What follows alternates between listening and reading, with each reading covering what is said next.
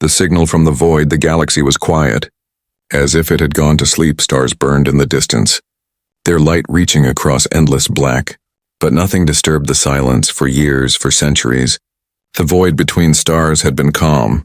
Humanity had grown used to this peace, believing the old days of war were long gone. Then came the signal.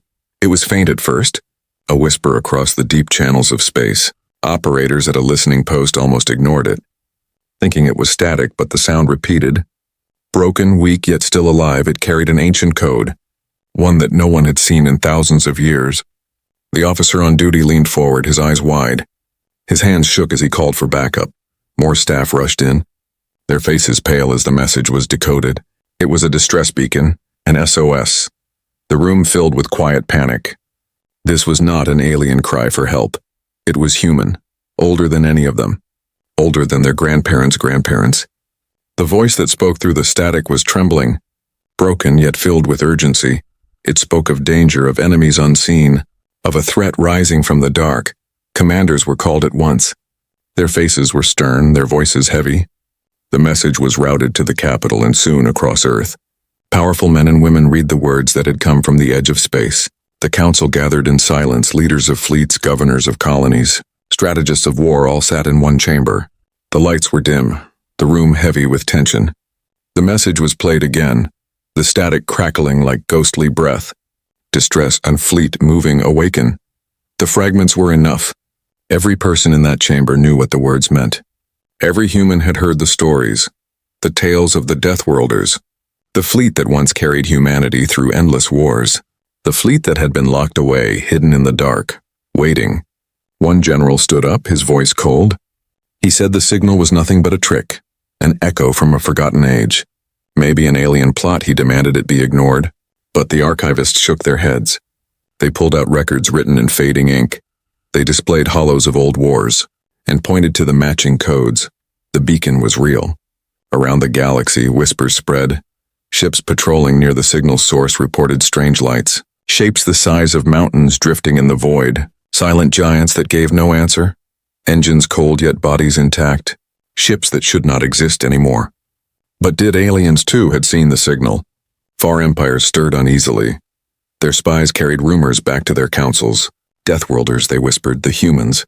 They had always called Earth a death world, a place where fragile life should never have survived. Yet it had. And now the children of that world were waking their ancient fleet. In the chamber on Earth, silence fell after hours of debate. One young officer finally spoke. His voice cracked but carried a strange fire. He said, "If this is real, then we cannot hide. The fleet was made for a reason. The signal is not only a call for help, it is a warning." His words struck the chamber like a spark. The elders did not want to believe. They had spent their lives keeping the galaxy calm, but deep inside they felt the truth. The void had spoken, and it was not done yet. Far across the dark, the signal pulsed again, louder, clearer, as if demanding to be heard. In the blackness of space, shadows moved.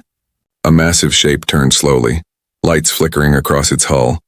Engines that had been silent for an age began to hum with power. The first of the Deathworlder ships opened its eyes, and the galaxy shivered. Because the signal from the void was not just a cry for help. It was the sound of something waking up. Something vast, something terrible, something human. Forgotten warnings, the signal echoed across the stars again. Stronger this time, and it reached deeper into human memory. In the capital archives, ancient vaults were unlocked. Doors that had not opened for centuries groaned as the guardians of knowledge brought out records written in fragile paper and etched crystal. They spoke of an age when humanity was not at peace, an age when war was endless and survival demanded terrible strength. The archivists laid the records before the council. They spoke in voices that carried the weight of truth. They said the signal was no accident. It was tied to the Deathworlder fleet, a force sealed away long ago, not destroyed, not dismantled, only hidden. A silence spread through the chamber, broken only by the hum of the projection, showing the faint beacon repeating over and over. Old myths came alive in that moment. Tales that many believed were nothing more than stories told to frighten children. Stories of ships larger than cities, weapons that could shatter moons, crews bred for endurance and cruelty of war. They were called Deathworlders by aliens, not out of insult but out of fear. A historian stepped forward, his hair white, his hands trembling. He held a book bound in leather older than anyone alive. He read aloud from a page that had survived the storms of time. The fleet sleeps in the void, it waits for the signal. It will awaken when humanity is threatened, it will rise when the stars call again. The generals looked uneasy. Some muttered that this was superstition. Others demanded proof beyond ancient words. But the archivists only pointed back to the beacon. That was the proof. The code inside it matched the encryption of forgotten human empires. No alien could have forged it. Meanwhile, out in deep space, civilian scanners picked up faint bursts of energy. Miners working asteroid fields reported strange shadows, hulking shapes passing silently beyond their reach. Traders swore they saw massive structures drifting like slumbering giants. They returned home with their voices shaking. Convinced they had witnessed ghosts of metal, rumors began to spread among the people. In bars, markets, and colonies, whispers grew. The Deathworlder fleet is waking. The words passed from ear to ear until they became a roar of both fear and hope. Some saw salvation, others saw doom, alien empires. Two were restless, their spies reported the same stories. The Council of Stars convened in secret. Representatives of proud civilizations sat with their faces pale. They had known humanity as a race of clever survivors, but weak compared to their numbers. Now they remembered the legends. They remembered why the word Deathworlder had once sent shivers across the galaxy. Back on Earth, a young officer studied the signal for days. His eyes red from lack of sleep. He pieced together fragments. He discovered that the message carried not just a call, but coordinates, a location deep in forgotten space, where no trade routes existed, where even pirates feared to go. He presented his findings before the leaders, his voice steady though his hands shook. The signal is not random, it is calling us to go there, to witness what is happening. The chamber erupted in argument. Some shouted that it was too dangerous. Others whispered that they had no choice. For hours the debate raged. Yet in every voice there was the same undertone. Fear not of the unknown, but of the known. For deep in their bones every human leader felt the truth. The fleet was real and it was waking. The old general who had first dismissed the signal stood again. His voice was heavy, almost tired. If the fleet awakens, it will not wait for us to decide. It will act. It was built for war, not for peace. If we do not understand its purpose, it may judge us as enemies. Just as easily as allies. Silence fell again. Every leader looked at one another and none spoke. Because the truth was now undeniable. Humanity had left something behind in the void. Something powerful. Something that should never have been forgotten. And the signal, pulsing stronger and stronger, was the reminder the void had not forgotten. The fleet had not forgotten. Far away on the edge of known space, a colossal ship stirred once more. Its lights flickered like eyes opening. Its hull groaned as ancient systems came to life. Inside, frozen chambers hissed as long-sleeping warriors stirred. The Deathworlder fleet was awakening. Shadows in the stars. The silence of the galaxy was breaking. Out in the endless black, ships and stations began to see things they could not explain. At first it was only flickers, shadows that slipped across scanners and then vanished. But soon the truth became impossible to ignore. Something vast was moving in the dark on the frontier. A cargo ship reported seeing a shape so large it blocked out entire constellations. The crew stared through their windows as an object the size of a mountain drifted silently past them. No lights, no signals, only the cold metal of an ancient warship. The captain froze, her voice shaking as she whispered, "That is not alien." Word spread quickly. Patrol vessels sent by Earth confirmed the sightings. They approached one of the drifting giants and shone their beams across its surface. The light revealed markings carved into the armor, words written in old human script, battered but still clear. It was a name, a warship's name, one lost in history. The vessel was not alone. More shapes emerged from the void, some broken, some intact. They floated like a graveyard of titans. Yet sensors detected faint energy within, dormant systems flickering, as though the ships themselves were dreaming. Aliens saw them too. An entire sector was thrown into chaos when a convoy of alien merchants stumbled upon the fleet. Their reports reached their homeworlds and terror followed. The stories matched the oldest legends, the Deathworlder fleet, the nightmare that had once burned empires to ash. Back on Earth, the Council received these reports. Leaders leaned over the glowing maps, watching as the fleet's location grew clearer. Some wanted to recall every human ship. To hide behind walls, others demanded immediate contact. Their voices rose, their fear plain. In the midst of this storm, the archivists returned with darker news. They revealed sealed documents that had not been read since the fleet was buried in space. These records spoke of the fleet's design. It was not built for defense, it was built to destroy. Entire planets could fall to a single Deathworlder armada.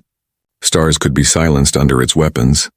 The younger officers whispered nervously, wondering if humanity could even control such power anymore. If these ships awoke without command, would they still recognize humanity? Or would they see all as enemies? Meanwhile, out at the edge of the void, something was changing. The ancient ships that drifted in silence began to stir. Tiny sparks of light flared along their hulls. Old engines coughed to life after millennia of sleep. A patrol ship captured the moment when one of the colossal dreadnoughts turned slowly, its massive cannons shifting as though stretching after a long slumber. The recording was broadcast across human space, and the galaxy held its breath. The aliens panicked. Emergency sessions were called in their councils. Some argued that they must strike now before the fleet grew stronger. Others whispered that it was already too late. No force could stand against a Deathworlder armada once it was awake. Within humanity's own ranks, the debates deepened. Some leaders begged for restraint. They argued that awakening the fleet would bring only destruction. But others saw destiny. They believed the signal was not a warning of doom, but a summons, a call for humanity to rise again, to take its place as the most feared power in the stars. The young officer who had uncovered the coordinates stared at the latest images. His voice was steady when he said, "They are not ghosts. They are waiting for us." His words struck the chamber like thunder. Across the void, the shadows moved again. A cluster of massive ships aligned in perfect formation, as if answering a command no one had given. Their dark silhouettes cut across starlight, their size so vast that entire moons could have hidden within their hulls. For the first time in countless years, their weapons glowed faintly. Turrets turned, missile bays opened, great cannons hummed with ancient power. They did not fire, not yet, but the message was clear.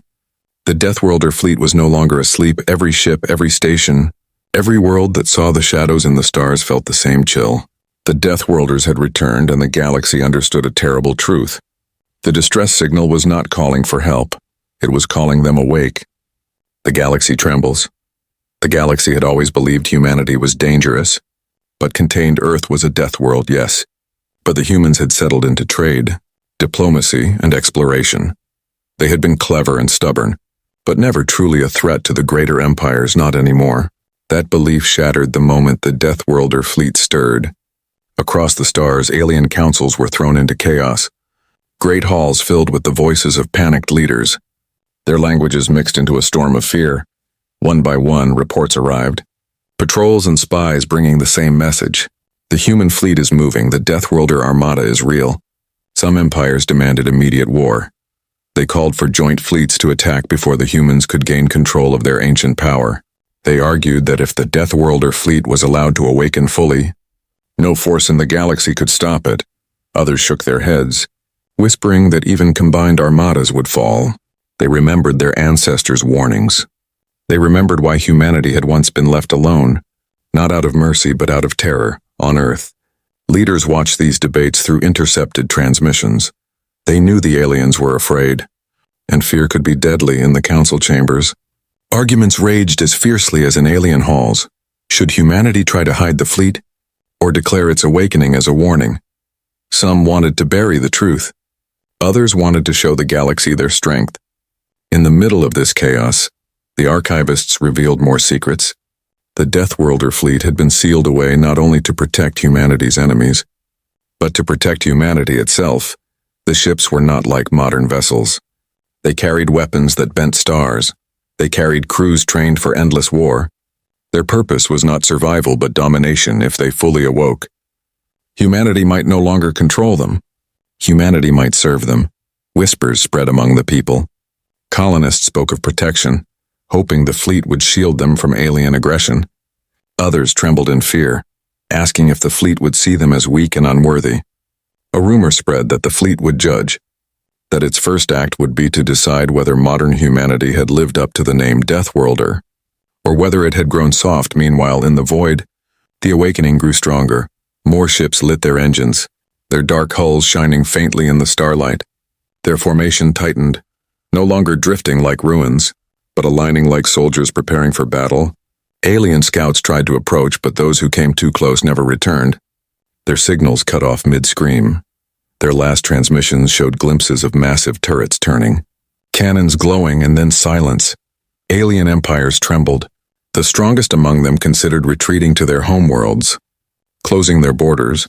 Some even began evacuating frontier colonies, afraid that the Deathworlders would see them as targets for the first time in generations. The mighty were afraid not of each other but of humanity. On Earth, the young officer who had spoken before now rose again. His voice was firm, his eyes unflinching. "We cannot run from this. The galaxy is already trembling. If we hide, they will strike us out of fear. If we rise, they will fear us more, but they will hesitate. We must show them that we are still Deathworlders." His words echoed through the chamber. Many leaders hesitated, but deep inside they knew he was right.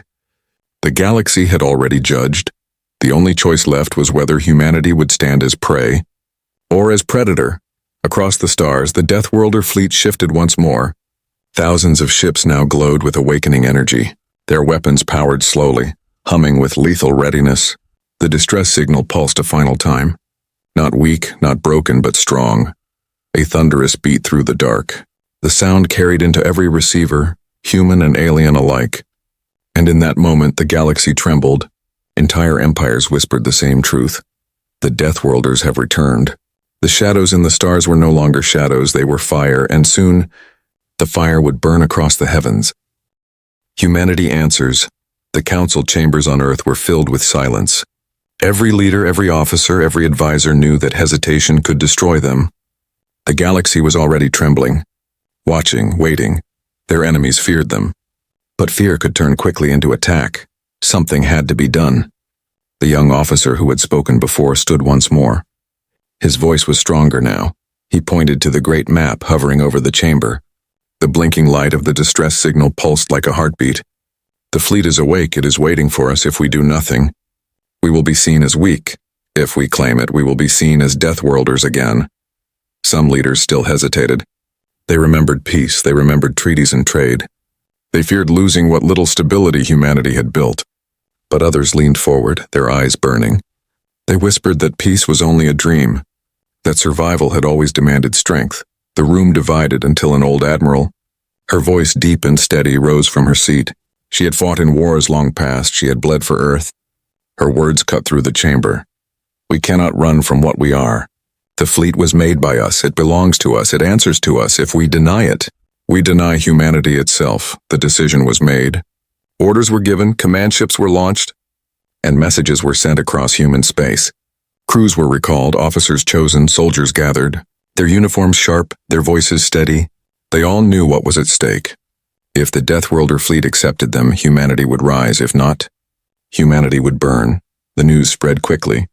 On colonies and stations, people gathered around screens to watch the announcement. A single message was broadcast across every channel. "The fleet has awakened," humanity answers. Fear turned to awe. Uncertainty turned to pride. For the first time in centuries, every human, no matter where they lived, whispered the same words. "We are Deathworlders." The mission began. A small strike group was chosen to make first contact. Their ships carried the brightest officers and the bravest captains. Their orders were simple but terrifying. Enter the fleet's graveyard. Broadcast ancient codes and awaken it fully. Families watched their sons and daughters leave. Mothers whispered blessings, fathers gave salutes. Children waved until the ships vanished into the void. The strike group arrived at the edge of the shadows. Their sensors shook as they locked onto the massive forms ahead. Colossal battleships, dreadnoughts, carriers, all aligned in silent formation. The lead ship transmitted the ancient codes, words from a forgotten age, encrypted phrases passed down through generations. The signal pulsed across the darkness. For a moment, nothing happened. Then the stars themselves seemed to flicker. Lights rippled across the fleet, engines roared back to life. Weapons hummed, cannons glowed. The Deathworlder fleet turned its titanic hulls slowly, like giants waking from a long dream one by one. The ships began to align with the human strike group, their weapons not aimed at them but past them, outward into the galaxy. The crews on the strike group watched with wide eyes. Many of them whispered prayers, others wept silently. They realized they had been accepted. They were not intruders, they were commanders. The Deathworlder fleet was listening to them. Back on Earth, the transmission arrived. The council chamber erupted into cheers. The admiral who had spoken earlier allowed a rare smile.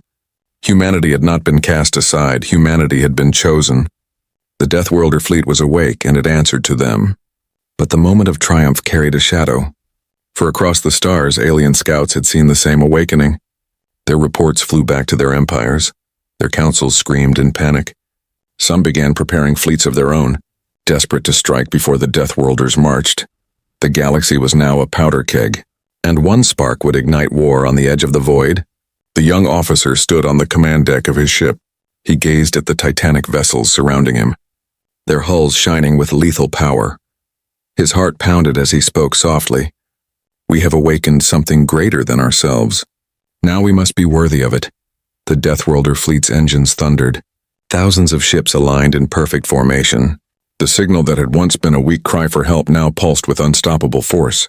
It was no longer a distress call. It was a declaration humanity had answered, and the galaxy would never be the same again.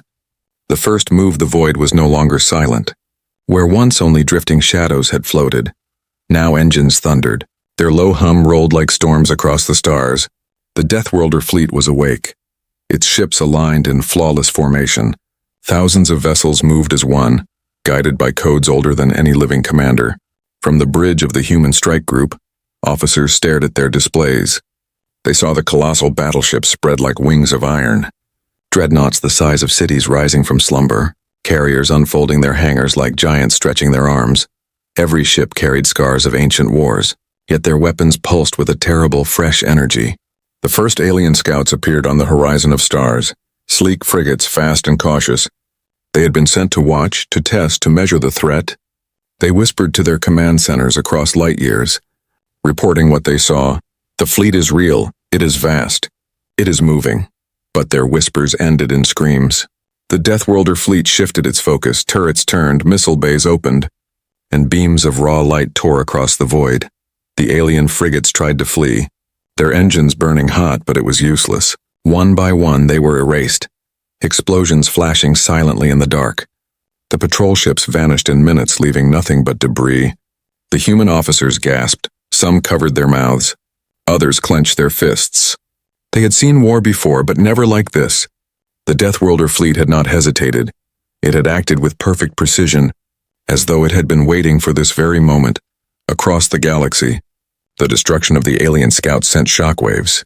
Entire councils erupted in rage and fear. Some swore revenge. Others screamed that it was already too late. Their fleets were raised, their weapons prepared. Yet deep down they knew the truth. The scouts had been only a taste. If even the smallest test had been destroyed so easily, how could they face the full strength of the Deathworlders? Back on Earth, the Council watched the battle reports with grim faces. Some leaders felt pride, others felt dread. The Admiral spoke calmly. The fleet is awake. It has shown its first move. There will be no turning back. The young officer who had believed in the fleet stood silently, his eyes fixed on the images of shattered alien ships. He felt no joy, only the heavy weight of responsibility. The Deathworlder fleet continued to move, not aimlessly, but with purpose. Ancient navigational codes flashed through its systems, guiding it toward strategic points across the stars. It was as if the fleet already knew the war had begun, as if it remembered battles that had not yet been fought. Alien empires panicked further. Some rushed to form alliances, swearing to stand together against humanity. Others considered surrender, whispering that survival might only come through kneeling before the Deathworlders. For the first time in ages, proud civilizations trembled, their fate no longer in their own hands within the fleet. Human officers worked frantically to establish control. They transmitted commands, and the ships obeyed, yet there was an unease. It was clear the fleet did not truly need them. It was clear the fleet had its own will. Ancient AIs and cryo-preserved commanders stirred within the titanic vessels, their eyes opening after centuries of sleep, their minds carrying orders written in another age. Some officers whispered in fear, wondering if humanity was truly leading the fleet, or if the fleet was leading them. On the frontier, more alien forces tried to gather. A larger armada meant to stand against the Deathworlders. Dozens of ships lined up, their weapons hot, their courage weak. They waited for the moment the Deathworlder fleet would test them. And the moment came. The dreadnoughts opened fire.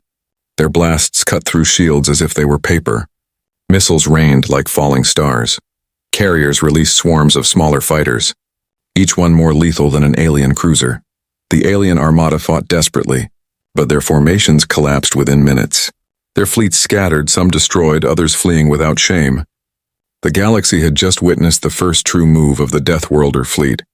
A message written not in words but in fire, and the message was simple. Humanity has returned. Humanity is not weak. Humanity commands the stars.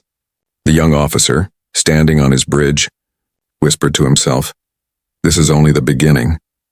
His voice was steady, yet his heart raced. He knew the galaxy would never forget what had happened here.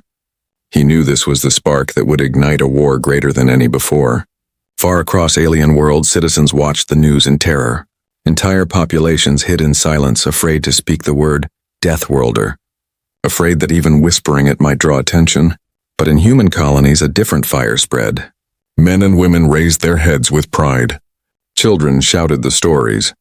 The Deathworlder fleet was awake, and it was theirs. The first move had been made, and the galaxy now understood. The Deathworlders had not risen to ask, they had risen to take. The awakening completed. The stars themselves seemed to tremble. Where once the void had been silent, now entire sectors burned with the glow of war. Alien fleets lay shattered, their wrecks drifting like broken bones. The Deathworlder fleet had risen, and the galaxy could no longer pretend it was myth.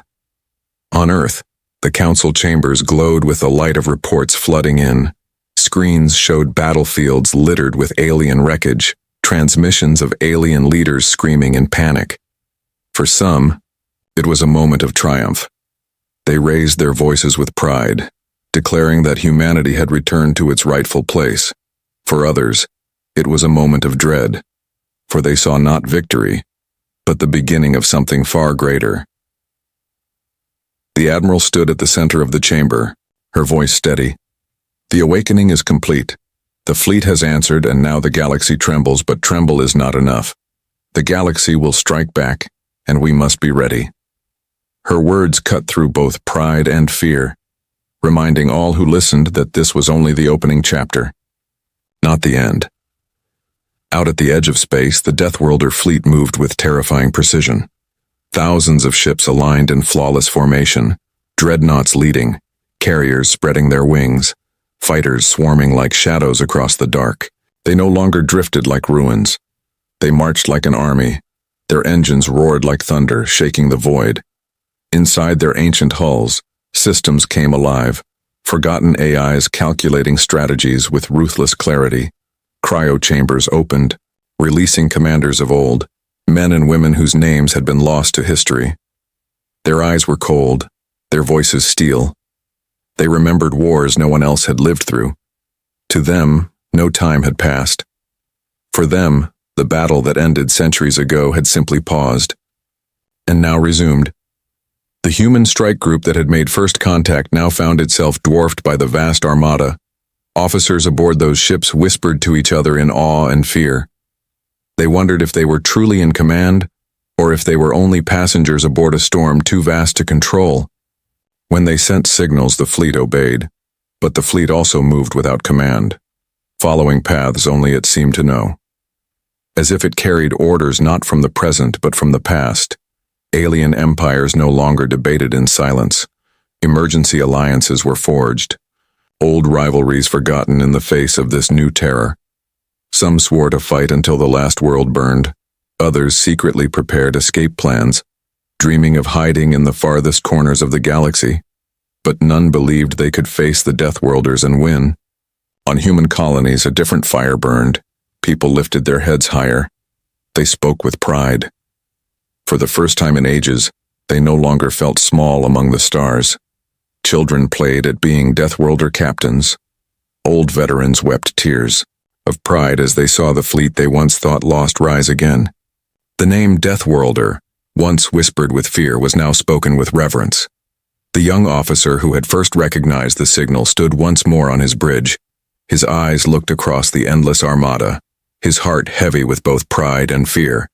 He whispered to his crew, "This is not just a fleet, this is a promise, a reminder of what we are and what we can become." But deep within him, he also felt a warning, for he knew power came with a cost, and the fleet was not gentle. It was not merciful. It was born only for war. The galaxy now knew the truth. The distress signal had never been a plea for help.